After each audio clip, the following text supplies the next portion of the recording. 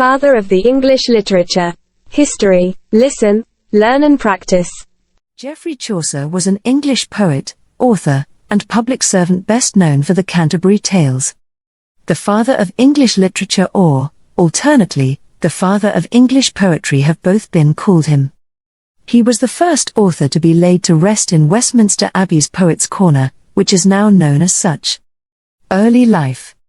Geoffrey Chaucer was most likely born in his parents' home on Thames Street in London, England, in the year 1340.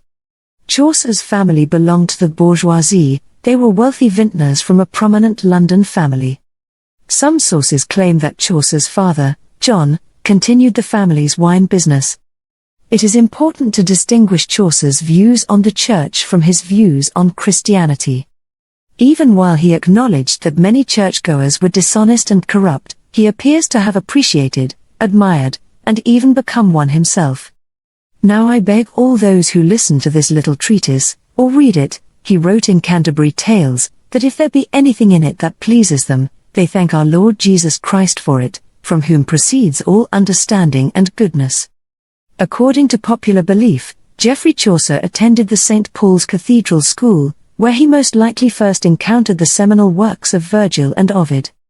The Duke of Clarence's wife, Countess Elizabeth of Ulster, hired Chaucer as a servant in 1357.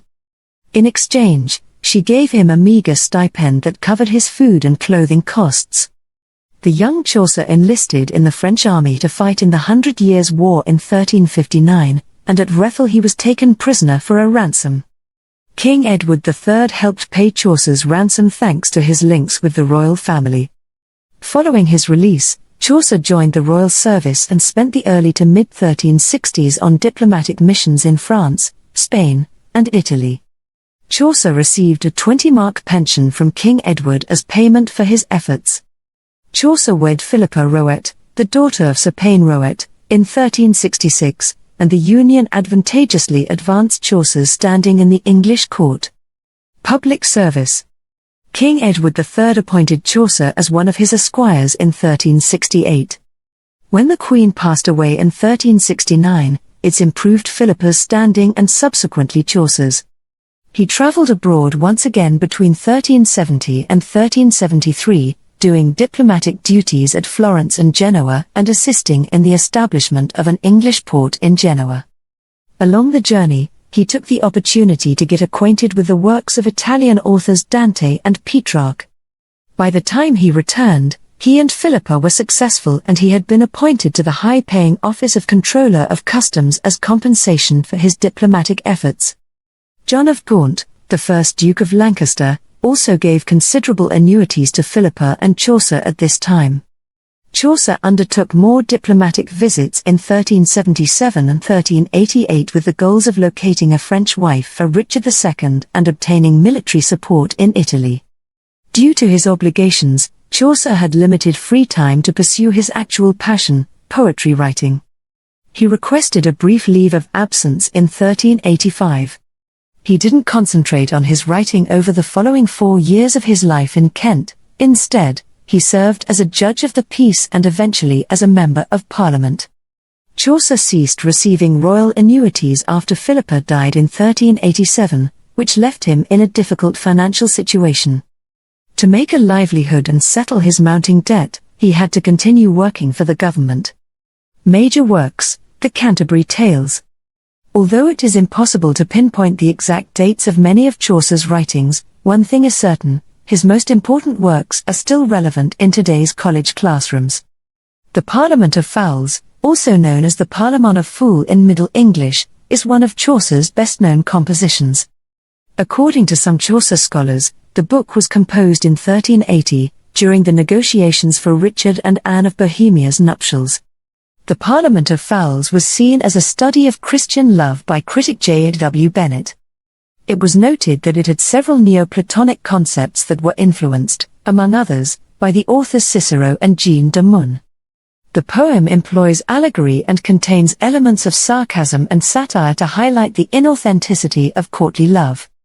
Due to his time spent serving the court and his arranged marriage to a woman whose social status helped to raise his own, Chaucer was intimately familiar with the topic.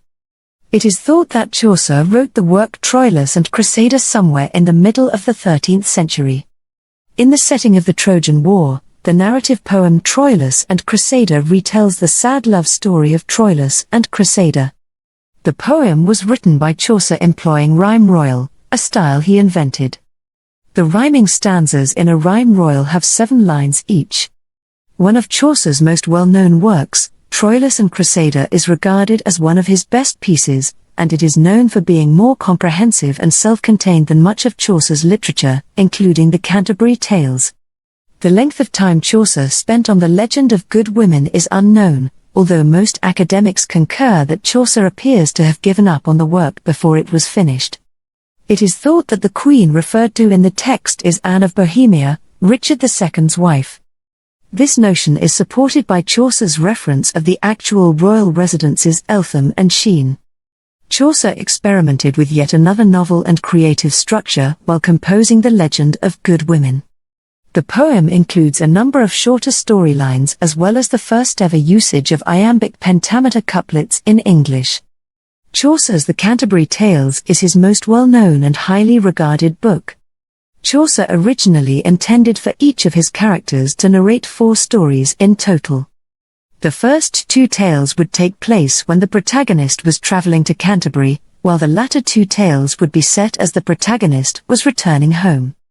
Apparently, Chaucer's aim of penning 120 stories was too lofty.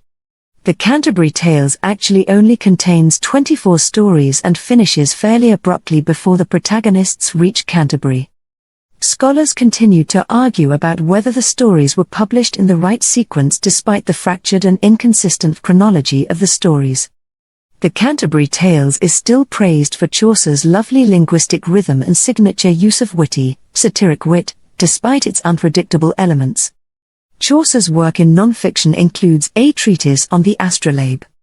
The astrolabe, a device used by astronomers and explorers to determine the locations of the sun, moon, and planets, is the subject of this article.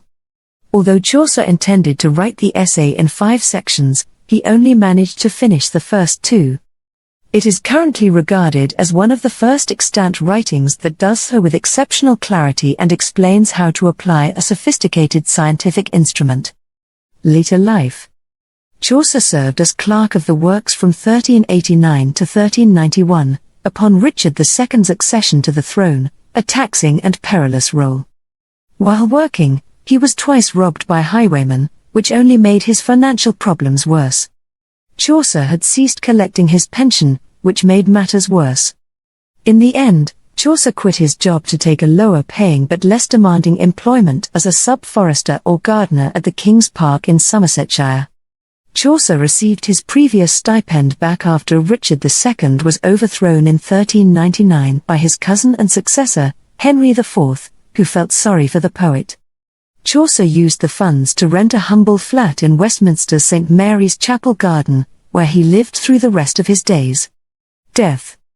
Geoffrey Chaucer, the famed 14th-century English poet, died on October 25, 1400 in London, England. He was 60 years old when he passed away from undetermined reasons. In Westminster Abbey, Chaucer was laid to rest. His monument became the focal point of what would eventually become known as Poets' Corner, where notable British authors like Charles Dickens and Robert Browning were subsequently honoured and laid to rest.